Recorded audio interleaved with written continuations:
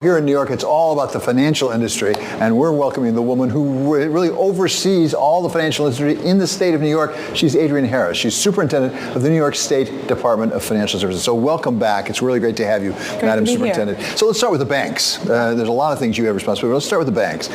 Go back to last March. We had a sort of a hiccup in the system that had to do with some interest rate risk. And we have some banks still to this day who have a lot of losses on their balance sheet with some of those longer-term securities. How big a problem is that right now?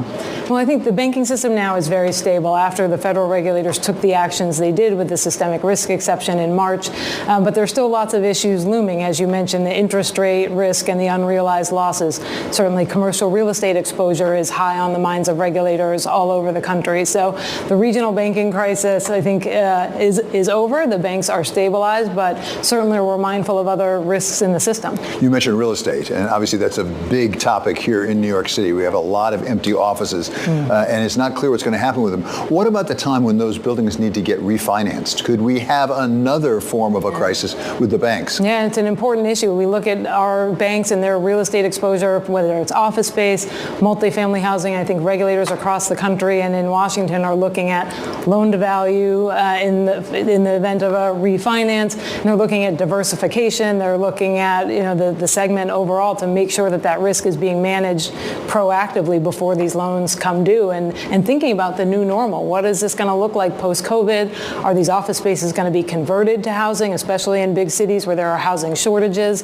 So it's a very interesting policy area right now. Hindsight's always 20/20, and there's no point in saying woulda, coulda, shoulda. At the same time, we can learn from what happened in the past. And what do you think regulators, including you, but not limited to you, might have learned from what we went through with Silicon Valley Bank and Signature Bank? Yeah, I think there's so many learnings we've taken, and DFS as well as other regulators published reports about that. I think one is thinking about the modernization of regulation. When we think about the liquidity issues that these banks were facing and how fast the deposits fled, first from Silicon Valley Bank and then how that fire spread from California here to New York and other banks around the country, now understanding the digitization of money and how that impacts deposits. So, of course, the FDIC is looking at the insurance thresholds. But I spend a lot of time thinking about how we operationalize our regulations. If we're examining banks in a certain time frame, can we make that examination go faster without sacrificing rigor, give feedback to the institutions more quickly, and then hold them accountable for remediation so that that feedback loop becomes tighter and we don't have some of the issues that happened with SVB and Signature where things were going unremediated for cycle after cycle after cycle with respect to examination. So there's a lot to be learned with respect to the rules in particular, but also how regulators are doing their job and how bank management's doing their job. Another area where you really have taken a leadership position is on virtual assets, including crypto and things like that.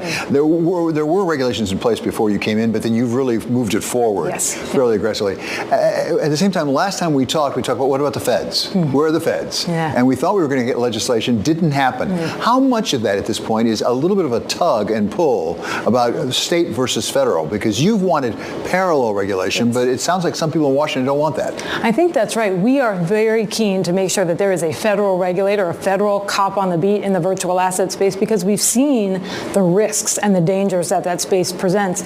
But we in New York have been leading in this space for a long time. The regulations were in place when I came into office, but now we've built a team of over 60 professionals devoted to this day in and day out. We've issued 9 pieces of guidance. We oversaw the unwinding of BUSD. So we're really leading here, and it'd be such a shame to lose that expertise and that experience. So just like we do on the banking side, we're eager to see parallel regulation between federal and state regulators, and that's reflected in some of the bills we've seen moving in Washington. I'm hopeful that they'll get done. Some of the bills, but there are reports at least, and you can correct them if they're wrong, that some people in the White House would like to have preemption, essentially, have the feds take it over. Is that right? And if so, why are they doing that? I think it's dangerous. I understand the desire to have one set of rules and avoid what some people think will be the race to the bottom. But you see in New York, what we have is the most rigorous set of rules and regulations around the world. There's no bigger crypto team than what we've built at DFS. There are no more rigorous regulations anywhere in the world than what we've had on the books. And I think it's important to preserve that. Let me ask you the obvious question. If we had all the right regulations, could we have avoided FTX as we're watching that trial go on just a few miles south of here? Well, we did in New York where FTX was not licensed to do business, and they made public that they were seeking a license from DFS, and they didn't didn't get one. And in fact, their very business model was antithetical to the standards we have on the books. So if we had that nationwide, I think we would have been much better off. You've been forward-leading on cybersecurity. I understand you've been contemplating a possible regulation. Where does that stand right now? And what would it do if you did adopt it? Yeah, well, New York has been leading in cybersecurity with the original cybersecurity reg that was promulgated in 2017, became the model for federal regulation and for other states across the country. We're now in the process of amending and updating that regulation, so that will come out soon. But we're focused on things like how we tailor the regulation for the diverse sets of businesses that we regulate, from insurance to banking to crypto. We're thinking about governance and incident response and business continuity, and of course ransomware, because this is a thing that didn't exist the way it does today 6 years ago when the reg was originally promulgated. So this is an update that we have to make. So I'm eager to get this out. You'll see it soon, but we're excited about the standards. You've got a lot on your platter. Yeah. Do you have the resources you need to really address it? I mean, because right now, New York State doesn't have a lot of extra money floating around that I've heard about. Well, we are assessment funded at DFS, so we cost the taxpayer nothing. We then refund about $500 million a year to the state in the form of restitution, reappropriated assessment money. So just in the 2 years that I've been at DFS, we've gotten $277 million back to New Yorkers in the form of restitution. So it's really a great investment where you don't have taxpayer money to fund the agency, but you get that much return.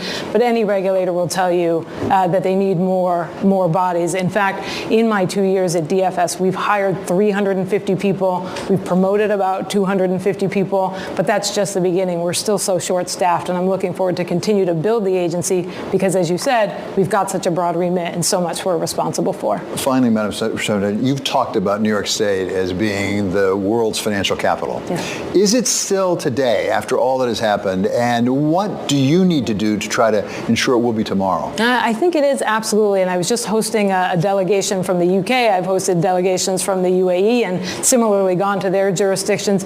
New York still is the financial capital of the world, but we can't rest on our laurels, and the trick is having robust regulation that protects consumers and markets, but also that grows a healthy and thriving competitive marketplace, and I think both can be accomplished at the same time. Well, that's the question. Is it a zero-sum game? The more regulation you have, the less people want to be here. No, not at all. In fact, to the contrary, especially in crypto, where we've seen we have the most rigorous regulations on the books, and the demand for our licenses and charters only goes up and to the right because companies get that clarity from the regulator, and so it drives demand to be in the market.